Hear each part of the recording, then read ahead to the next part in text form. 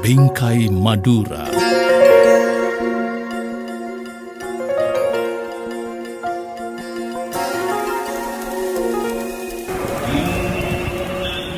Jika kita mendengar kata pocong, di benak kita pasti terbayang sosok yang menyeramkan. Tapi bagaimana jika nama pocong itu justru merupakan nama sebuah masjid? Ya, masjid tersebut di Kelurahan Polagan, Kota Sampang. Tepatnya di Kampung Madegen, sekitar 1 km arah selatan Kota Sampang. Masjid Madegen disebut Masjid Pocong karena biasa digunakan ritual sumpah pocong.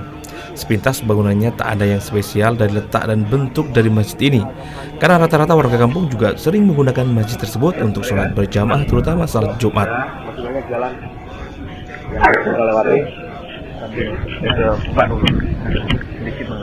Siang itu kami memasuki pelataran Masjid Madegen atau biasa disebut Masjid Pocong itu. Meski bangunannya layaknya masjid, tapi ada yang sangat berbeda dan bisa dibilang cukup spesial, yaitu jalan menuju pelataran masjid itu harus melewati komplek pemakaman dari para raja dan bangsawan di Sampang zaman dulu, termasuk situs Ratu Epuh yang merupakan makam Ibunda Raden Praseno atau Pangeran Cakraningrat I yang sekaligus merupakan raja pertama di Madura.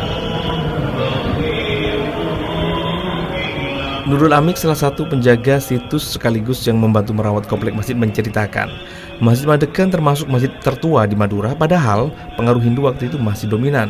Konon masjid ini juga dibangun hanya dalam waktu semalam. Masjid ini berdirinya sekitar abad ke-15 pada zamannya Adipati Pramono. Yang menarik itu masjid ini merupakan satu-satunya masjid yang dijadikan tempat ritual sumpah pocong sejak zaman dahulu. Entah kenapa dan bagaimana ceritanya, masjid ini harus dijadikan tempat ritual sumpah pocong. Meski agak paradok memang dengan ajaran Islam, tapi ya begitulah, walaupun masih ada nuansa keislaman di dalamnya. Ya mungkin karena orang dulunya itu menganggap masjid ini termasuk masjid yang keramat, yang punya karisma tinggi.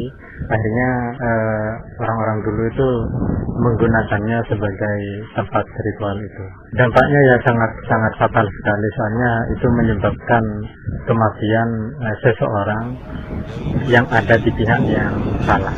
Bahkan tanda-tanda bahwa sumpah pocong itu terbukti atau tidak, konon pelaku akan terkapar di halaman masjid. Bahkan ada tanda si pelaku akan dikerubuti lalat. Ya, tanda-tandanya dulu sehabis bersumpah itu langsung roboh dan meninggal di sekitar masjid ini. Oh iya, ada tanda-tanda ya dikerubuti lalat. Sumpah pocong seakan menjadi sebuah ritual dan seakan menjadi sebuah pembenaran terhadap akidah. Namun itulah adanya. Dan hal ini berlangsung sejak zaman saat Islam baru masuk ke Madura.